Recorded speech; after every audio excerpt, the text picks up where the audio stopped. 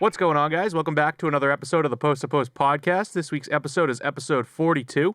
With me, as always, is my co-host, Matt Small. Hey, guys. All week this week, man, I've been eating like a fucking king. My birthday was Sunday, so Wednesday night, we went out. Your birthday was Sunday? Yeah, yep.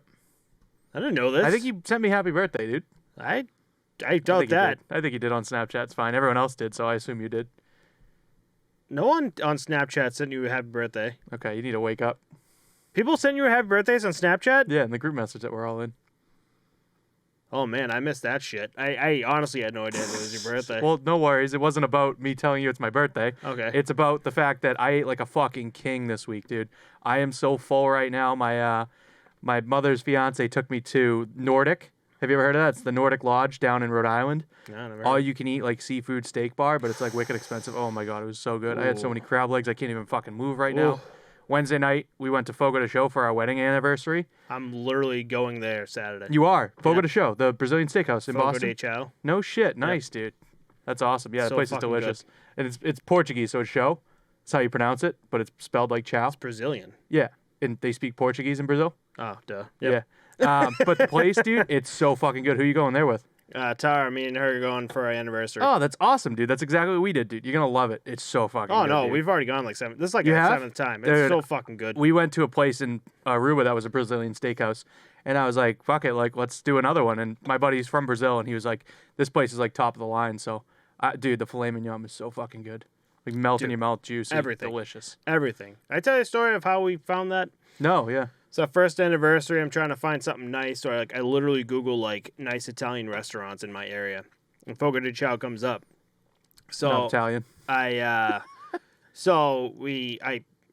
get a reservation. We go there. We're dressed like nice. We get there. It's kind of like casual, like golf kind of attire. Type Yeah, of like yeah, casual. like a college trip, but you don't need a button up. And then we get there. I'm like, I feel like I'm just way overdressed. So then we sit down. And I'm like, Which is fine. It's your kind anniversary. of weird. Yeah. There's a Fogo de Chão in New York that's an Italian I restaurant. hate that you say chow, dude. I don't know. Bothers me It's so just much. how I say it. But that's an Italian restaurant in New York. They're all one big chain. No, but there's a different one in New York that's an Italian I restaurant. bet that one is actually Fogo de Chão, where it's actually CIAO, and it is Italian. Yeah. And it's a different chain. Right. And so I thought it was an Italian restaurant. We Oh get my there, it's a God. Brazilian steakhouse. So Best- you didn't know? Best mistake I've ever That's made. awesome, dude. I'm like, That's when I actually left really there, I'm cool. like, yeah, we're going back to this place. Yeah. Dude, filet mignon that's like perfectly Oh my god. Yeah. made. And they're just like, here's this, but with wrapped in bacon. And I'm like, yes. I try so hard to leave there, like, unable to fucking move. Oh yeah, you have to, dude. Yeah. But it's so good. And after that, and then I went Wednesday and Friday today. We just got back from the place in Rhode Island, man. I had like king crab legs, lobsters, I saw that filet Snapchat. mignon. I'm like, Oh, holy shit. so good. You're going to be hurting. Enough talking about my fat ass. I really got to buckle down next week. Let's dive into the Atlantic Division this week, yeah? Yeah, let's do it. All right, you're up. All right. My time to shine. We got the Florida Panthers. We'll start off with them. They added Joe Thornton, Sam Reinhart, Sam Bennett. Or they re-signed Sam Bennett. And then they also re-signed Anthony Duclair. They lost Keith Yandel, Alex Wenberg, Antoine Strahlman, and Chris Driedger. Alex Wenberg, after coming off the season in the NHL with 17 goals, was picked up by the Seattle Kraken this offseason as a free agent, which sounds like a decent hit to Florida, but with the pickup of Sam Reinhart, who scored 25 goals and 15 assists, it seems like the Panthers just made an upgrade. As for defense, this team lost they lost two solid guys with Keith Yandel and Antoine Strahlman. Mackenzie Weegar, now being their top defenseman, might need to step it up to help out a rookie and struggling goaltender they'll be playing in front of. I'm not like how well defensively this team will be this coming season. I think they're going to be struggling as just a defensive team. The loss of Chris Driedger is also huge. Driedger coming in to replace Bobrovsky as a starter and playing his best season statistically since he's been in the league, helped Florida win big games. You now have Spencer Knight, who's still a rookie, and struggling Bobrovsky as your goaltending pair. With the loss of two solid defensemen and their starter, expect to see a different Panthers team this season. They won't be as solid as a team as we saw them last season. I don't know if they're going to make the playoffs. That's That is we talked about this last episode and the episode before where we came down on this episode in general for the Atlantic division and trying to figure out who's going to make the playoffs. And I don't know if I have him in. I don't know if I have him out. And this is like the first team I did, and I'm just like, oh God, this is going to be difficult. Yeah, this is, I think, the only question mark team, in my opinion, in this division that's like, they're right on the bubble, but these changes are going to hit them in a different way than these other teams. So I think that they're still a really good, well-rounded team, but I think that I don't think they lost all that much outside of Dreger. But that's a huge piece to lose. So I'm going to put them in as probably my 4th seed and just put them in there. Just getting in. Yeah, I don't think Yandel is really a huge loss. I think they're moving on at the right time. The team, for some reason, wants him out. Anton Strawman and Wenberg, not really. I don't know. They don't really stick out to me. Thornton coming in is not great, I don't think. Re-signing Sam Bennett's huge. Sam Reinhart's a good forward, and Duclair re-signs really good, too. So Right. I have them in. Yeah, my biggest problem with this is defensive. Like we saw the Florida Panthers last season, they were an all-around team that you saw even in the playoffs. They're like, dude, these guys are just going for it. And now that with the big loss of like strong defense, and again, Dreger getting out of there, and now you have again Bobrovsky, who $10 million a year to sit on the bench, and Spencer Knight, rookie. I don't know, man. Yeah, I think Spencer Knight's going to step up this season and really fill the shoes. Bobrovsky, man, that's the biggest question mark on this team. Right. But I guess we'll just have to wait and see. I think defensively they're not looking too bad. Gudis and Forsling on their last line isn't crazy bad, No. Brandon Montour's getting a little older, but Ekblad and Uyghur as your top pair, that's great, especially on the power play. So, what do you think? You going to put them out for now and revisit later? Yeah, I'm going to put them out for now. Okay. Mainly because of the whole goalie and defense situation. Yep. They might have to figure it out. I'm sure. I don't know. I want to say they'll figure it out, but this Buffalo Sabres, that team, they didn't figure it out. Yeah, and I mean that's the thing with this division now. We got the Sabres and Ottawa in this division. I kind of thought this was going to be one of the more competitive divisions, and I think it's going to be another one where there's clear, outliers of I don't see Ottawa or Buffalo making the playoffs, obviously. Right, so. right. All right, so let's move on here to our hometown, Boston Bruins. They added Linus Ullmark, Nick Foligno, Eric Haula, Thomas Nosek, and Derek Forbort. They lost David Krejci, Sean Kuraly, Devon Miller, and Yaroslav Halak. Bruins lost a gain in this offseason, and they didn't have much to lose either. David Krejci, a Bruin veteran known for his playmaking, and Sean Kuraly for his offensive help on the 3rd and 4th lines, will be missed, but their replacements come in at a great time to get Bruins back to the Stanley Cup Finals. Nick Foligno, another great league veteran, will come in to give the Bruins solid goal scoring and playmaking as an all-around player. Eric Haula, who had his best season with Vegas during their inaugural season with 29 goals and 26 assists, and Thomas Nosek, who is able to find open space on the ice, will be key to help the Bruins out this season. Goaltending will be a question mark with Jeremy Swayman and Linus Ullmark pairing up until Tuukka Rask maybe comes back late next season. Ullmark, who's been with Buffalo since he entered the league in 2015, is a solid positional goalie that can make the key big saves in a tight game. He comes off a 2.63 GAA and .917 save percentage last season, which is stellar, seeing how poorly Buffalo played last season. Absolutely. I expect a better Bruins team this season, but with goaltending being figured out in the figured out in the beginning of all of it, I think Linus Ullmark was such a weird move for the Bruins. I figured maybe a year, one of those year signings for a goalie, but a 4-year sign was just hey, we want you. That type of signing, and I was like, whoa. Yeah, that makes you think about what they're really going to do with Tuukka Rask once he comes back. He's still sitting there, free agent.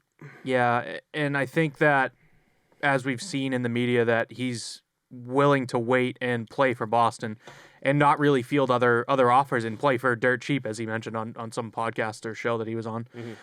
But I think signing him like that shows Ullmark's our backup now, so once Rask's back, Swayman, you're going to have to wait a little bit and develop. But this season will be very good for us because if Swayman really overperforms, we could sell high on him. Oh, yeah. Or that shows us the future's looking all right, Right. The loss of David Krejci is fucking huge. but I think Nick Foligno coming in should be a good filler for him. Krejci was playing on the second line, I believe, and Foligno is a right winger on the third line right now. They put Holla on there with Jake DeBrusk, who's been just a ghost lately. Right. Derek Forbort on D, I do like the pickup. He's more of that grit that you're going to be missing from Kevin Miller from last season. Yep.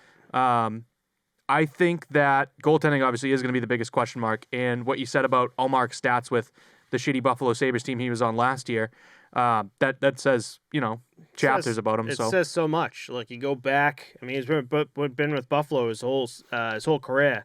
But then when we look at the team, we shitted on him all last season.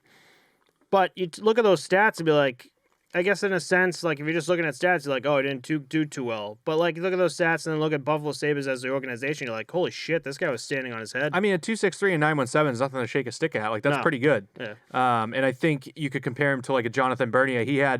I'll cover him later on, but he had roughly the same stats on the shitty Detroit team last year. So I am going to put them in the playoffs. I think that there's a lot of moving parts here, but with the top two lines and the way that they play, I think the Bruins will make it. Yep. Even with a new goaltender and everything else coming in. Yep.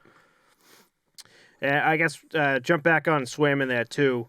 I like where you went with Swayman, where you just kind of sell high, but also I think Swayman's coming in at like the perfect time for this team, where maybe throw him. I wouldn't say maybe, but yeah, he's definitely gonna be thrown back to Providence Bruins to get the. What am I trying to say here? To get his time down there develop. Develop. Yeah, they did the same thing with Tuukka Rask way back in the day, and I think we're going to be seeing Jeremy Swayman be the new star once Tuukka Rask's. And I feel like last year the biggest issue we had was our defense, and you don't really notice it at the time, but now looking at it, 2 of your 6 defensemen are from trades. We have Mike Riley and Derek Forbort on D now after losing Krug, and there was another defenseman that we lost to, Kevin Miller. So having those 2 slot in, it seems like we'll be all right. I think. So. Anything else to add to that? No, it's good. Let's move on to the Toronto Maple Leafs. They added Peter Mrazek, Nick Ritchie, David Kampf, and Andre Kosh, right? Cachet. They lost Frederick Anderson, Zach Hyman, Joe Thornton, and Zach Bogosian. Between Austin Matthews, Mitch Marner, and John Tavares taking up $32.6 million worth of cap space, we knew this team won't be able to sign more solid players like Zach Bogosian, who was signed to a 1-year, $1 million contract, Freddie Anderson, who had $5 million a season, and Zach Hyman, who's getting $2.25 million a season. Additions like Mrazek will help Jack Campbell, who solidified his spot as a starting goalie for Toronto last season, and Nick Ritchie and Andre Kosh, who've already played with each other in Boston, will definitely be a solid third or fourth line combo that can score some goals and make solid plays. Toronto still needs to find their thing they're missing.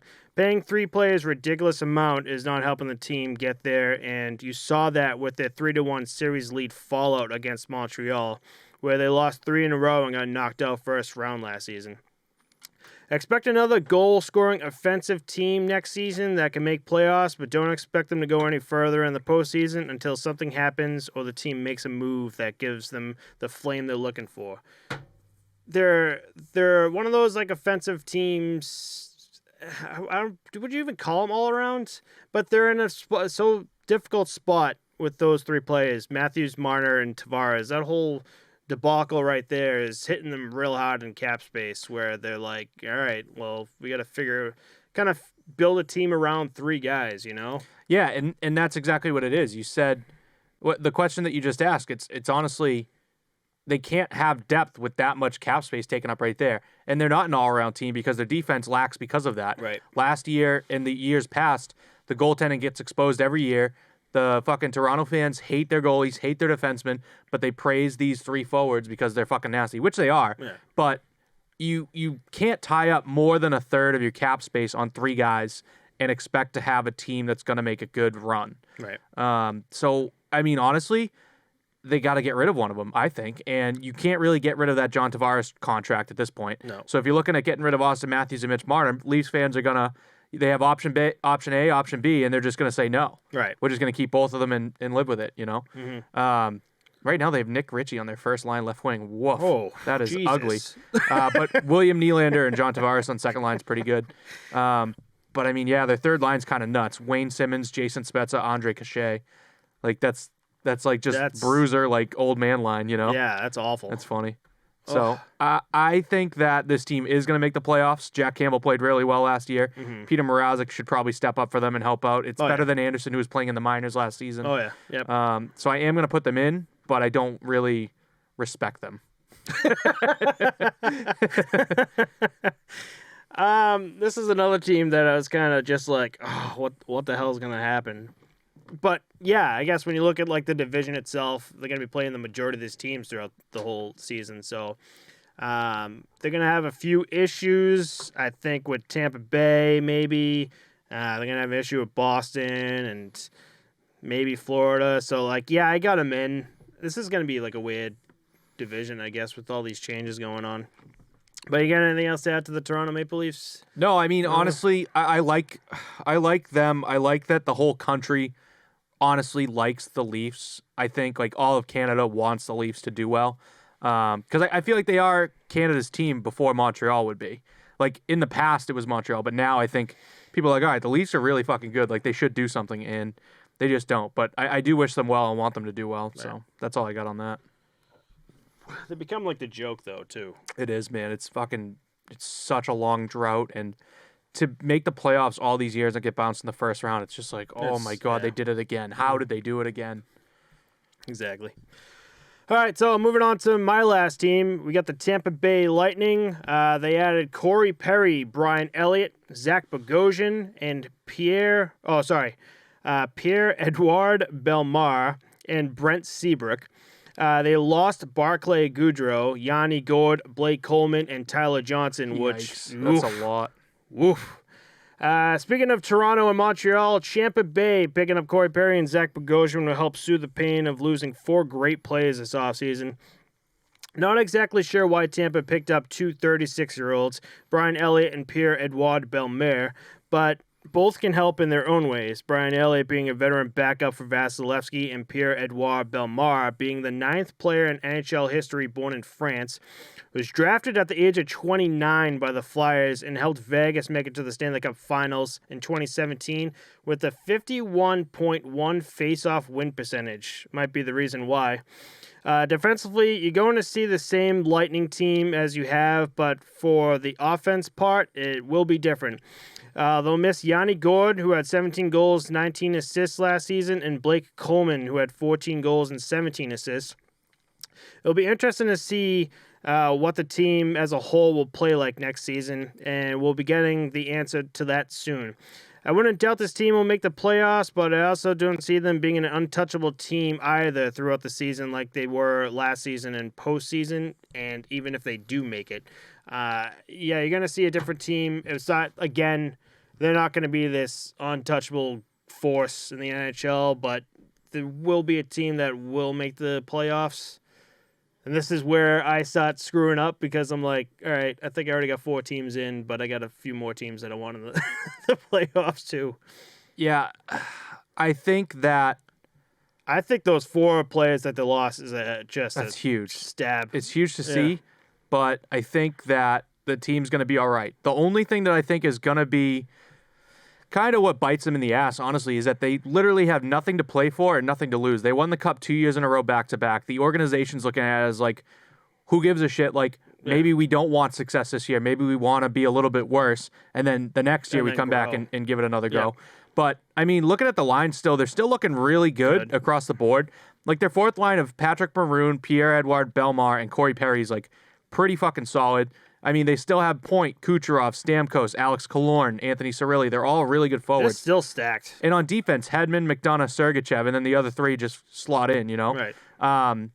And Andrei Vasilevsky is just a fucking mutant, dude. Like, he's head and shoulders above the next best goalie in the league every time, I think. You look at, like, the goalie tandem or what the goalies on their website, and you see Vasilevsky and, like, 4 other, like, no names, and you're like, oh, who gives a shit? It's Vasilevsky's in net. He's a fucking god. Like, I don't know. Like, and I don't know if that's a problem or not. I don't know if the Tampa Bay Lightning organization is just like, Maybe we should start looking at like decent backups for Vasilevsky, because how long is Vasilevsky going to be the absolute brick wall Vezina candidate that he is, you know? Yeah, and I mean, at the end of the day, all things come to end. So I think you get a good backup in there. I don't think Brian Elliott's the guy. I think he's a nice Band-Aid for your backup position. But you get a nice young player to go in behind Vasilevsky and learn from him and really train with him, and that can become your next guy, you know? Right. It won't be a Vasilevsky, I don't think. No. But I am going to put these guys in, and that actually does fill out my 4. What about you? You putting them in? Yeah, I'll put him in. All right, perfect. So I have Florida, Boston, Toronto, and Tampa. Matt gave me all the shit teams. So I got you're good with Tampa, right? Yep. So for the Buffalo Sabres, we have some additions here. They added Will Butcher on D, Vinny Hinostroza as a forward, Craig Anderson in net, and Robert Hagg on D. For subtractions, we lost Rasmus Ristolainen on D, Sam Reinhart as a forward, Linus Ullmark in net, and Jake McCabe on D. Will Butcher was playing with the Devils for the last 4 years. The number of games played actually dwindled down to 23 last year. For a prospect, that's not great, honestly. Like he was with the team for 4 years, and he was playing a full season at the beginning of it, and they basically were like, either our team's good enough that we don't need you in the lineup, or B, you kind of suck, kid. Like, we need you to develop more in the minors. And that's like 4 years down the line. So I'm not really liking the Will Butcher pickup. Hinostroza and Hag, too. It seems like the same story. I'm not really sure what these moves are about. I get, like, hoping that these guys have bounce backs, but that's a lot of gambling to do for a team that needs some help right now. There's a lot going out and not a lot coming in to in replacement of everyone. Like Ristolainen on D, Reinhart as a forward, and Ullmark in net. You've lost big pieces on all 3 ends, and you brought in like an old wet blanket and fucking Craig Anderson, honestly. I think full tilt rebuild here, no fucks given, dead last, here we come, and that's it for the Sabres. Yeah, no, you're right. And you're right when they're just, so the Buffalo Sabres after the last season and the seasons before, they're in a total rebuild, and that's what you're going to see. They're going to suck like the Edmonton Oilers were for so long. Remember, like, the fans were just throwing it, like, their jerseys on the ice because it's how fucking shit they were. And, like, now that they've finally rebuilt a team, the Edmonton Oilers, you get the fans back. They're a great fucking team. They just had a great pickup. What's his name from Toronto? Oh, Zach Hyman went to Edmonton Oilers. So add that name to that already stunning team that's going on right now. And that's what's going on with Buffalo right now. They just need to make the right moves. But they didn't, in my opinion. But they didn't. They kind of missed the shot here. Yeah, they missed. I don't know what the hell. I don't know what they're doing at all. So I don't know. We're gonna see a just rough Buffalo Sabres team for a while until something happens. And Sabres fans are fucking diehard, dude. Buffalo has like awesome fans when it comes to the Buffalo Bills and the Sabres, man. Yeah. Like, they have a diehard fan base, so it's like kind of heart-wrenching to watch. It is. And it just kind of seems like the organization doesn't give a shit, like, bringing in these names to replace the big names in the league. Like, Rasmus Ristolainen is going to be a stud defenseman. Right. I think he went to Philly. Not 100% on that, but he's going to be fucking great there. You're good with Buffalo? They're not in the playoffs for you? Yeah, no, they're not. Okay. They're not, yeah. So the Detroit... Are they in for you? Yeah, I think so. As my 5th playoff team, they might make it. So the Detroit Red Wings here. They added Alex Nedeljkovic in net, Nick Leddy on D, Pius Suter as a forward, and Simon Edvinsson on D. For subtractions, they lost Jonathan Bernier in net, Luke Glendening as a forward, and Darren Helm as a forward. Obviously, Nedeljkovic is going to be great for a recovering Red Wings team here. Nick Leddy on D is another huge one coming in from the Islanders. Pius Suter is a great young prospect who can hold his own in Chicago. And then Simon Edvinsson, he's a first-round draft pick this year, number 6 overall. He should be great for the team in a few years. You'll probably see him get some early action, kind of like Trevor Zegras. But I think he might be 17 years old. I'm not 100%. There's a few of these first-round draft picks that were really young, so I don't know if we'll see them right in the show, obviously. But a team like Detroit could mix him in very early. The loss of Bernier is going to hit kind of hard here. Consistent save percentage, but his GAA has gone up over the years, and I think the GAA went up more due to the team in front of him than himself, as his save percentage has gotten better. And moving on from Helm and Glendening is not the worst thing in the world. Those guys are a little bit older, and they're getting younger and growing and looking at the future rather than the right now. I'm trying to word this as well as I can. But Detroit... Suck fest.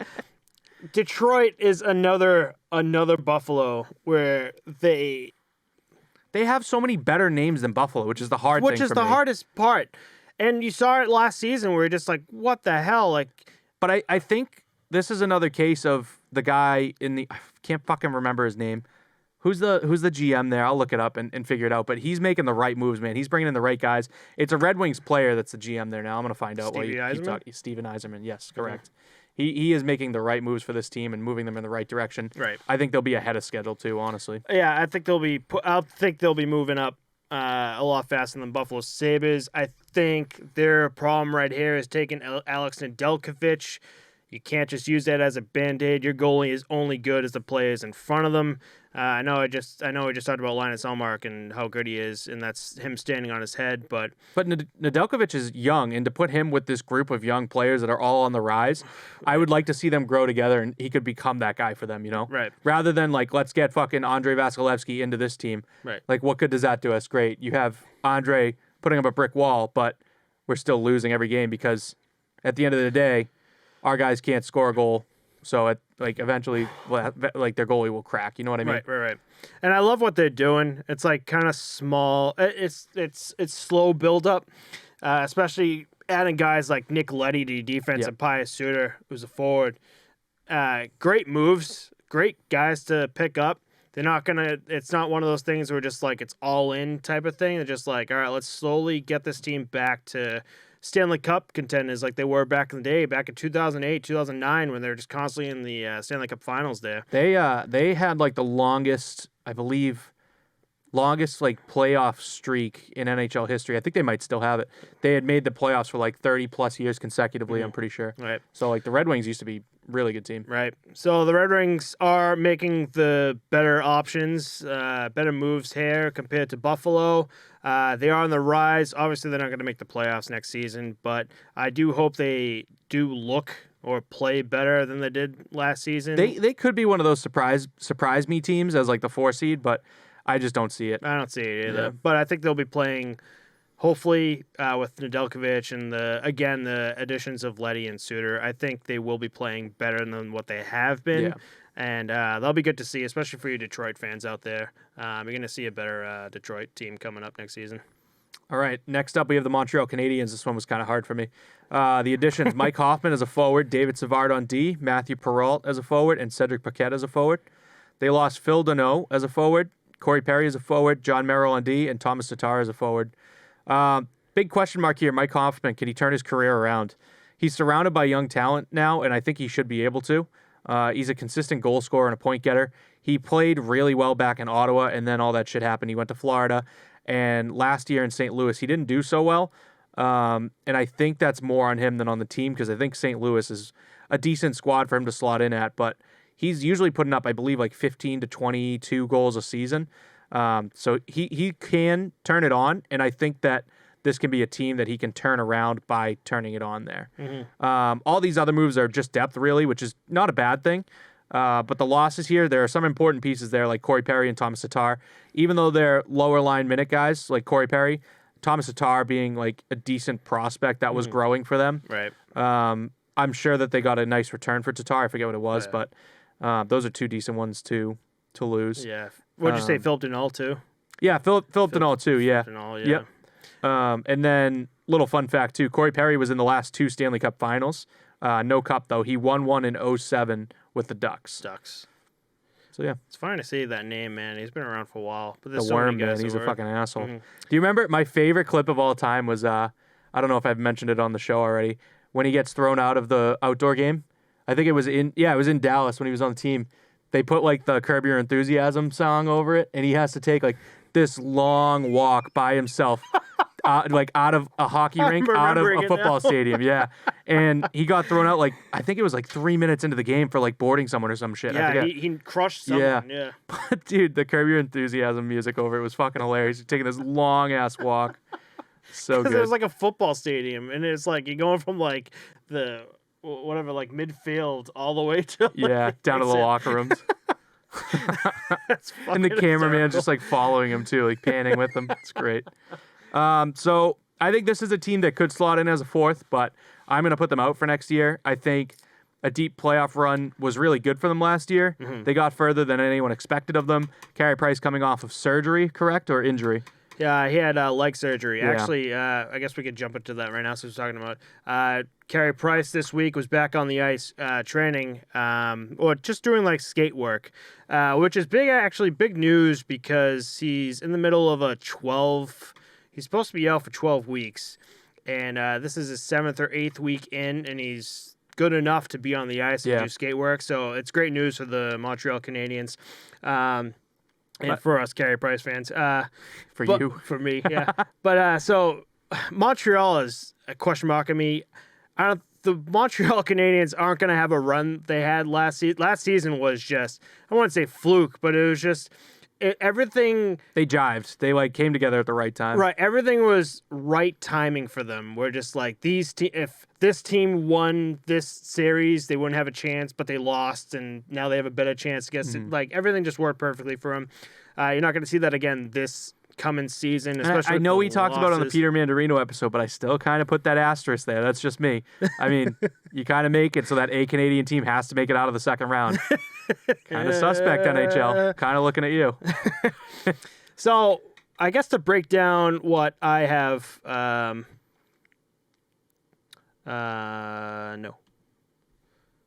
Oh my God, I almost freaked out right there. So, sorry. So, I have my teams kind of broken down here. So, I have Florida, Boston, Toronto, Tampa making the playoffs. I have 2 question marks here, though, and it's Florida with the question mark and Montreal with the question mark. I could have Montreal or Florida both not making or making it, and that's my hard decision right there. But if you have them both out, who do you have in? No. I have Florida in with the question mark and Montreal out with the question mark. So I don't know if Montreal's going to make it or Florida isn't going to make it, and that's my problem. Florida's going to be based off of goaltending and defense. Again, as we talked about, not full-blown all-around team like they were. So my way of looking at it is that Montreal was in that Canadian division where they were clear, let's beat the shit out of the Ottawa Senators and the Vancouver Canucks and steal points from them. Yep. Now we're in a real division. But it's honestly 6 1/2 because now we're going to beat the shit out of the Sabres and the Detroit Red Wings and Ottawa still and steal points from them. So you made up my mind right there. What do you think? You think Florida? You made up my mind. Yep. So Florida, Boston, Toronto, Tampa. Because Florida was in a harder division, I think, and still made the playoffs last year. And they almost beat the Tampa Bay Lightnings in that Tampa Bay Lightning in that series last season. Right.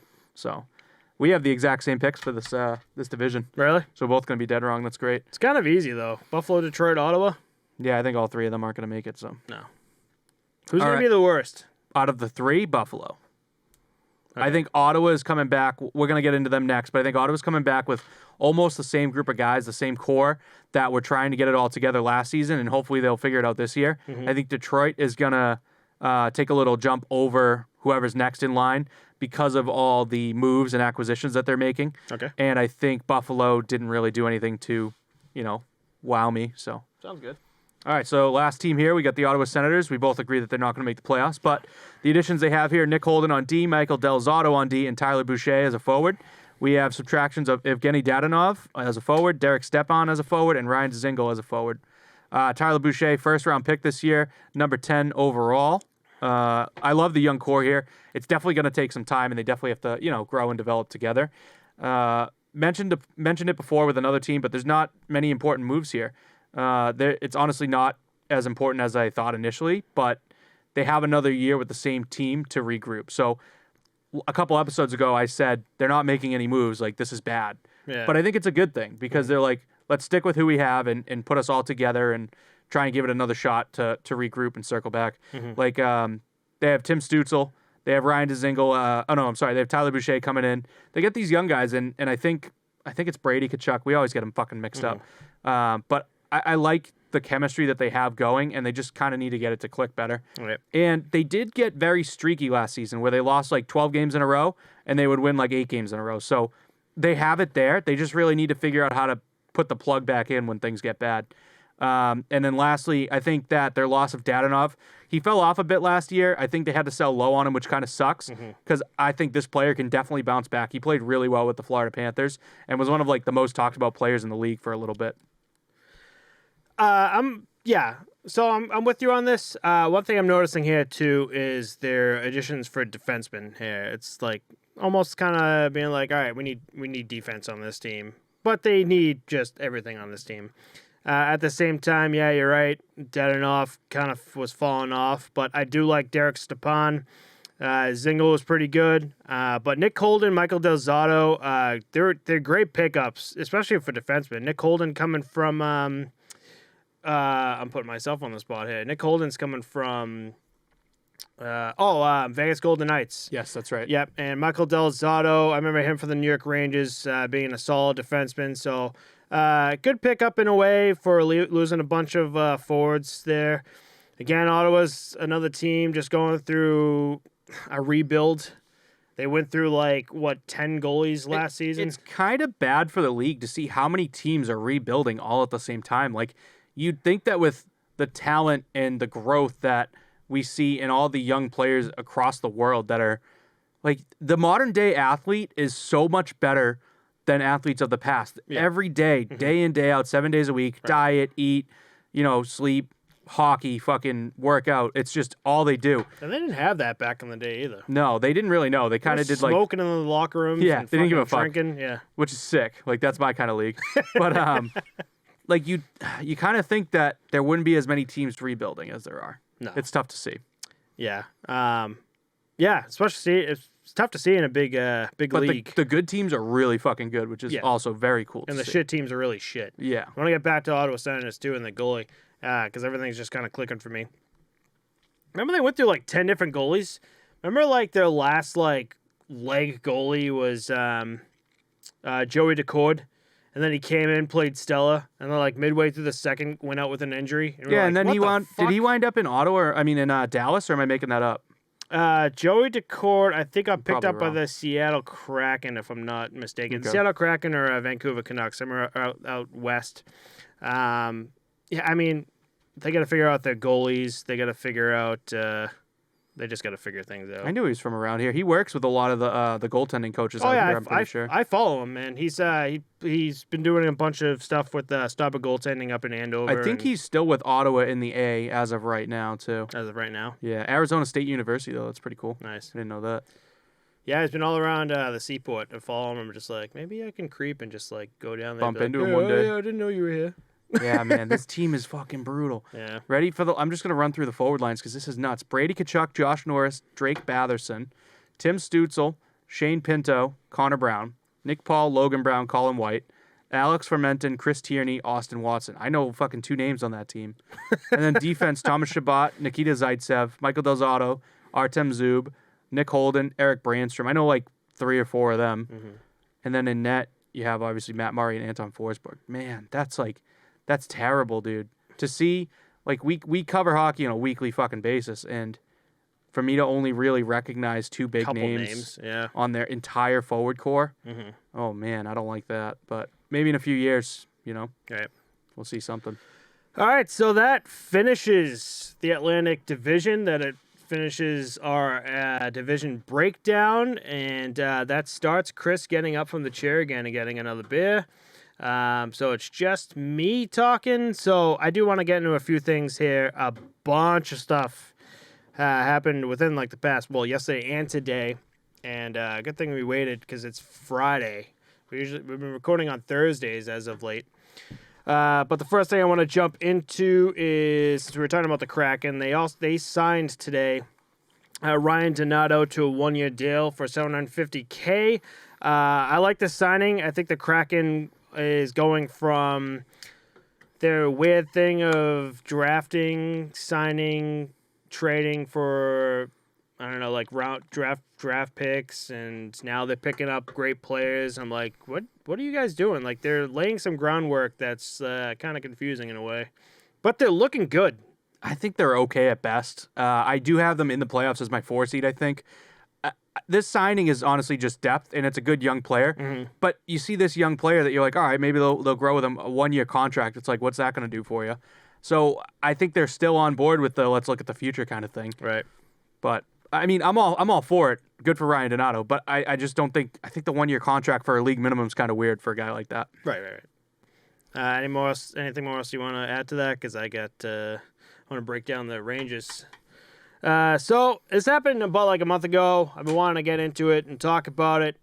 So to go back to the Rangers, back in May, we talked about this. The Rangers fired head coach David Quinn and 3 of the assistant coaches in one day. We talked about one of the games was the Hartford Wolfpack head coach, or was assistant coach, came up to play a game, and it was like just him on the bench. And it didn't look good for a while for the Rangers with coaching. But they made a move here to sign Gord Murphy, Mike Kelly, and Jim Midgley as assistant coaches of the Rangers under head coach Gerard Gallant. So I guess to talk about Gord Murphy here, he worked as an assistant coach with the Columbus Blue Jackets from 2002 to 2003. Kind of moved around. He was hired as an assistant coach by the Flyers on June 8th in 2014 and then was fired in 2018. So he's kind of been around. He was the associate head coach of the Hartford Wolfpack for the Rangers AHL affiliate team. So he's been around with the Rangers for quite some time. So expect a good. That's what you want from an assistant coach. You want someone who's kind of been with the organization that knows how they play, what they're looking for. So I think you're going to have a good assistant coach with that. The other, Mike Kelly, same thing. Jim Midgley was kind of funny. So Jim Midgley, what I found, his resume includes 9 years coaching in the Quebec Major Junior Hockey League, 2 years as the director of hockey operations for a school in Midwest Prep Hockey League. Damn.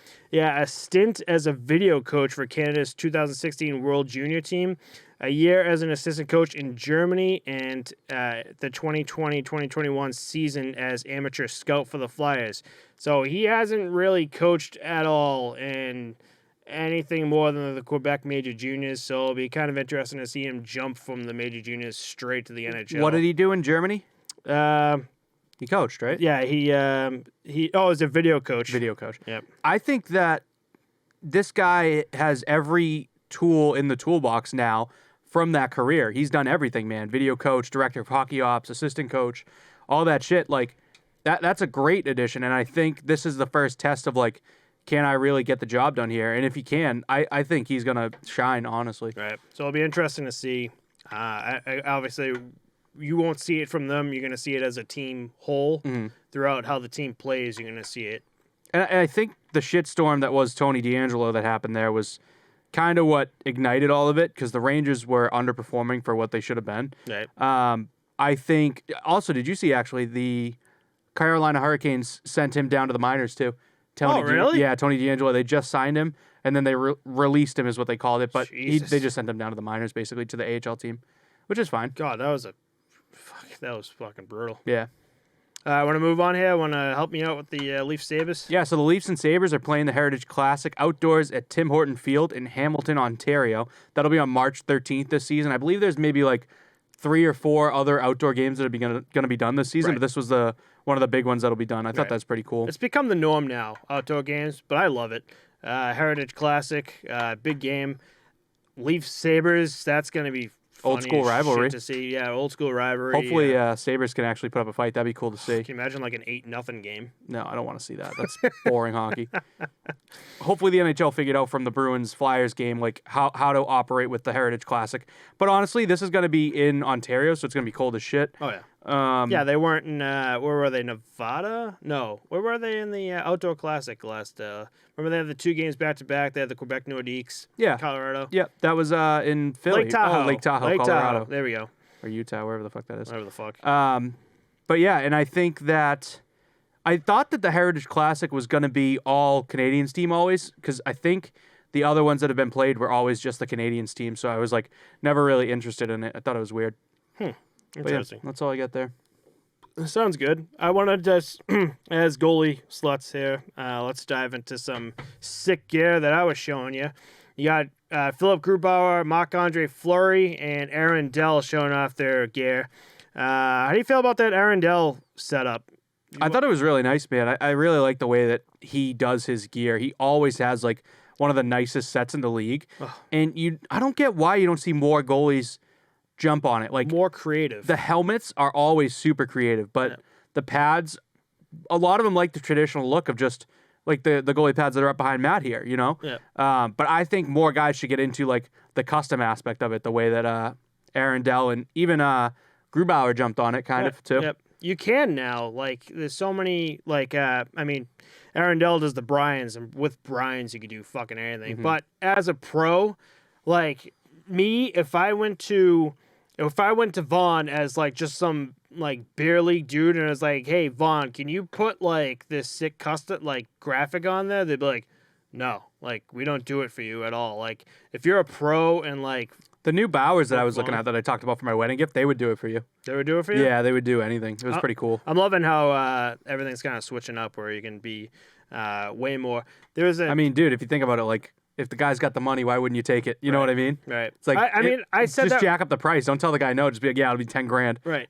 I mean, I said that with Vaughn, like, again, with my V5s, when I ordered the custom V5s, where I wanted, like, VAU to be red and, GHN to be black. They're like, yeah, we don't do it for you guys. And I was like, I'll pay extra. They're like, no, you're not pro. But I'm glad they're moving in a way that people, goalies can be more creative.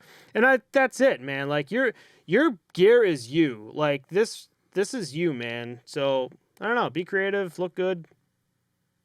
I don't know. Get anything more? No, Flurries looked really nice. I'm not a big fan of the tan pads that you see, like, it mimics like the old school style, and I think it's cool, but it's not for me. I don't personally like it. You don't like it? They do like the waffle blocker too, which I think is kind of cool, but I would never rock them. They're tan with like a bunch of like black circles on them. I thought they were pretty cool. I like it. It's like a mix too. It's like it's more old school, and then like on like the sides there you got the Chicago black, red, and white. Yeah. And I thought that was cool. I did like that addition to it for sure. Fleury's going to be one of those goalies where I can't wait to see how he does with Chicago. And then Philip what the fuck am I trying to say? Philip Grubauer is coming out of left field to those. That's sick. Yeah, Man, Seattle Kraken, I was looking at the colors and like the light blue and everything. I'm like, oh, you could do so much with that. And I'm glad Philip Grubauer has got those nice true gear going on. But yeah, so let's move on from that. We got, oh shit, we already talked about Carey Price. That was on the list there. But, oh yeah. Do you want to talk about it or should I talk about Moscow? All right. So in a game versus Spartak Moscow and SKA St. Petersburg, Mikhail Mamkin screwed up royally behind the net of Oscar Dansk, and I don't know. To be honest, I have no idea what the hell he did, but he somehow so funny. He somehow kicked the puck pretty much to Andrei Kuzmenko of the SK St. Petersburg, and he was able to one-time it to Anduan Berdasov. Sorry, these names are just the Russians. And just smoked one past Oscar Dansk. But it was such a play where you're just like, dude, you know what? You even rarely see this shit in, like, beer league. I'm like... Yeah, so he basically has his head up looking for the breakout pass, and he's slowly, like, gliding forward from behind the net. And I think the puck just rolls off his stick and he doesn't realize it. But, like, most of these guys can feel it. And he gets it off, like, the heel of his stick, so it's, like, in front of him. So he can still, like, reach with his stick and correct. But he, like, slips his skates up and basically, like, tries to kick it back to himself. But fucking boots the thing right to the forecheck. Gets the sick pass straight across. And Dansk is fucked, dude. Just buries it. Like, smoked the thing, you know? There's a few things to pick up on that. Is, like, one as the Andrei Kuzmenko, the forward there, everything happens so quick. Like, in a play that doesn't happen a lot, like, to have the mentality to quickly, like, get the puck and be like, oh, there's my teammate right there. Let me pass it to... It's also interesting that they had two guys that deep on a forecheck. Right. I thought that was kind of weird. I don't know why they would have that. I don't know either. But it was just, it was actually real funny to see. Now, as a goalie, like, what would you do in that situation if you're Oscar Dansk? Just, like, pad stack or... No, yeah, he did the right thing. He came out, challenged the shot. The pass isn't his responsibility, but it's still there. So he was, like... ready and able to be there, but the guy just lifted over him, you know? Those are hard plays, man. It's just like, if you can make the save, do it, but I don't know. I wouldn't really put that on Oscar Dansk at all to... I'd say it's entirely on Dansk, no? Thanks, man. All right, cool. Goalie podcast. So let's move on to another leg here. We got Jaromir Jagr got the first goal of the year. One thing we noticed after watching this was his long ass stick. Yeah, massive, dude. It looked like a Zdeno Chara like pro return. Yeah, I think it was Kuznetsov on the Caps was like, "Oh, can I use your stick to Chara?" Yeah. It looked like that, dude. The thing is huge, man. It's massive. He goes to celebrate and he holds it up. He looks like fucking Darth Maul with a lightsaber, dude. I was like, oh, that's cool. And as we're both watching it, we're like, holy shit. Like, his stick just keeps Yeah, going. so that was his first goal of the season with the Kladno Knights, the team that he had that quote about that we talked about earlier this season. This is the third game of the year. Jágr is 49, playing in his 34th pro season. He's been playing pro since he was 15. And I think he started his career with Kladno. I'm not 100%. This dude knows nothing more than hockey and playing in the pros. Dude, he started his career with Kladno in Czech. That's sick. And banging hot chicks and Jesus, saying, dude. Just put it on social media because I don't give a shit. Nice. You know what I'm talking about? Nice. That Yeah, photo came dude. out? We've talked about that. I talked about that on here. Yeah, It's the fucking most legendary shit. leg. You got nothing more on the Jágr besides Jágr just being an absolute legend? Dude, that he 49 years old, still scoring. That's insane. He's almost 50, dude. He's almost 50. That's nuts. And My back hurts getting up. to be playing for 34 straight years, too, that's nuts. But we talked about him and the reason why he's still playing, too. It was just like, didn't he say is like if I had it my way, I'd be out, but I'm doing this for the guys on the team? He would leave the club and go play somewhere else, he was saying. But this, I thought he said he was done. he wanted to go somewhere else and play, but he's like, I really can't. But, dude, this guy, like, whenever he's on a team, he meets up with the rink manager, and they're, like, best friends, no matter where he goes, because he will go to the rink. They'll play a game from 7 to 10 or 7 to 11, however long the game goes. Get off the ice, shower, change, and once the arena's empty, he'll come back, and the dude will unlock the door for him at midnight, fucking 1 a.m., and he'll go in and skate with, like, a fucking heavy, like, weighted vest on, skate on the ice for 2 more hours. Guy will he'll lock the rink up for him, and then fucking... Holy shit. Yeah, and then get up in the morning to go practice bag skate with the guys. It's nuts. The guy's regimen is fucking unreal. That's why he's so fucking ripped. Dude, Wolverine. Yeah, for real. Holy shit. I didn't know about that. And then last thing I have here, a little PLL note. Paul Rabel is retired from professional lacrosse. This guy is like the Wayne Gretzky of lacrosse, man. He's like built and grown the game so much. Even from day one, he was like the best player in the MLL when it was a league. He actually started the PLL, which is the league that I've been talking about, the Premier Lacrosse League. And he was like the owner, GM, and played in the league. So I think it's good that he's getting into the back end. I think his play kind of dipped a little bit in age.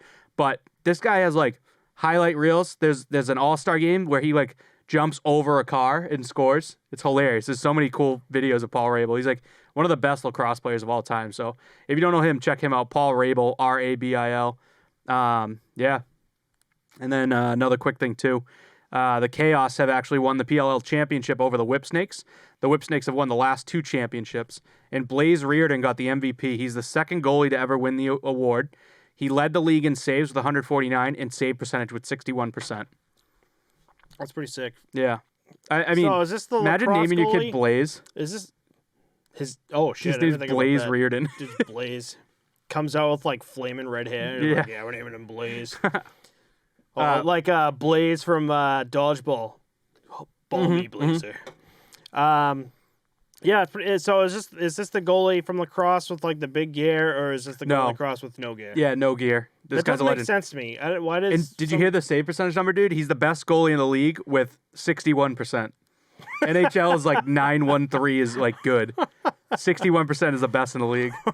Like barely half the time I make a save. Like you're the best. Yeah, You're the dude. best out there.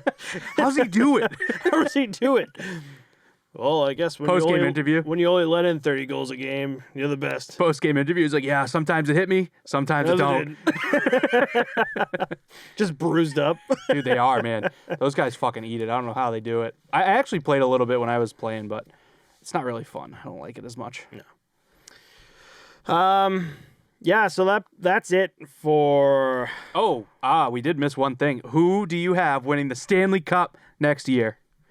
If you want, we did this last time when we finished our predictions. We just went through and just picked a team. Yeah, do it. So Do it. I'm going to give you your teams first, and you tell me who's winning the Cup. So you have Boston, Toronto, Tampa, and Florida. Mm-hmm. You have Vegas, San Jose, Calgary, Edmonton. You have Chicago, Nashville, St. Louis, Winnipeg. And you have Pittsburgh, Carolina, the Islanders, and Columbus. Ooh. Winning the Stanley Cup? Yeah. Holy shit. It's weird, man. No Fleury in Vegas, no Grubauer in Colorado. Yeah, it's like you got to think about all the changes going on. Like you got Robin Dude, Leonard. can Tampa three-peat? I That's a serious question, man. I thought about that when I was doing the breakdown. I was like, It seems like it's a possibility, man. they could do it. I don't know. You know what? Let me do it. I'm gonna throw Tampa Bay You're Lightning. doing Tampa? Yeah. Wow, that's bold. I'm going with the New York Islanders this year. Islanders. I want them to win it, so that's wanted kind them of to why win it too, why yeah. I'm picking them. I mean, we picked them over the Bruins. Yeah, but that was just I don't know. There's being a fan and there's like understanding hockey. Hockey in That's general, what I think. yeah. Like you can be a fan and just be like, they're gonna fucking win every game. That's great, dude. But like, do you have any actual insight on the game? You know what I mean? Like, yeah, I want them to win every game too, but that's like not how the game works. right. So that's all I got. That's all I got. Tampa and New York for the winners. What about? Oh, okay, never mind. What were you gonna say? I was thinking, no, because even in the other division wouldn't work. Because I was like, oh, Tampa versus New York, but No, yeah. it's not gonna work. Yeah, that's it. I guess that's it for all the divisions. We got a few weeks left. Yeah, I know that Vegas plays their first preseason game on September 26th. Mm-hmm. So that maybe we'll drop. No, we actually won't drop another episode before the preseason starts. So this episode will drop on Monday the 20th. Next episode drops on the 27th. So the preseason will have started. This is the last time we talked to you before. Mm-hmm. Yeah. Awesome. Oh, TNT and Disney and ESPN are all have the games for you.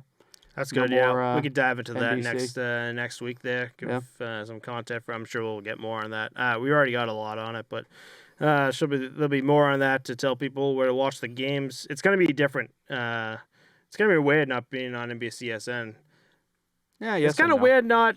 I mean, I feel like the move from like Versus to NBCSN was a lot smoother than it would be going to TNT. Yeah, I do think it's going to be hard to match NBC, but it's also a Goliath that is Disney and ESPN. I think they'll be able to get the job done. But, Oh yeah, for sure.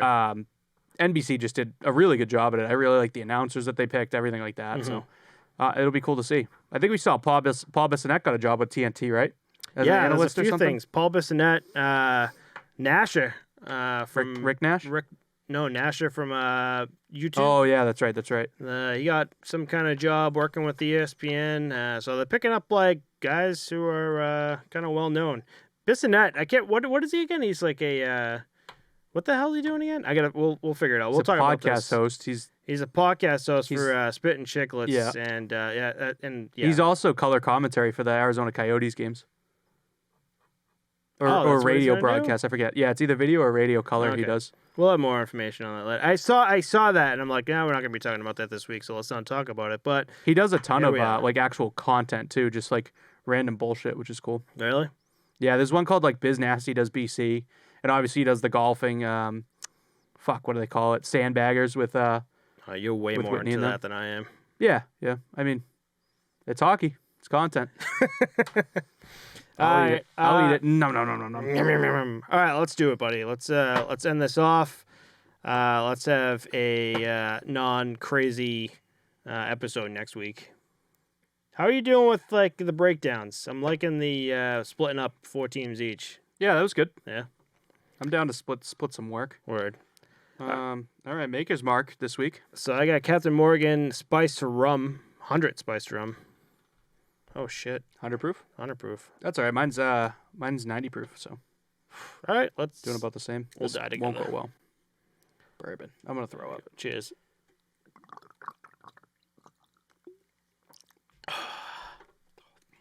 Oh, why'd I do that?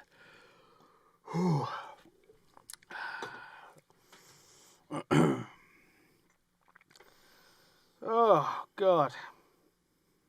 I picked that thinking it was gonna be a good move. Wow, you're hurting over there. That's how I know you're quiet. I'm focused. Trying to put this shit back in the bottle. Oh. Focused on not throwing up. Maker's Mark is good though. I just don't like shooting things. I'm a pacifist. Oh, Jesus. That is rancid. I didn't know I got 100 proof. That's my problem. I thought I just got a Captain Morgan Oh my god! I gotta make like a compilation video of like all our reactions. Oh, that's pretty funny actually. We should do that. Maybe episode 50. We'll have that on YouTube.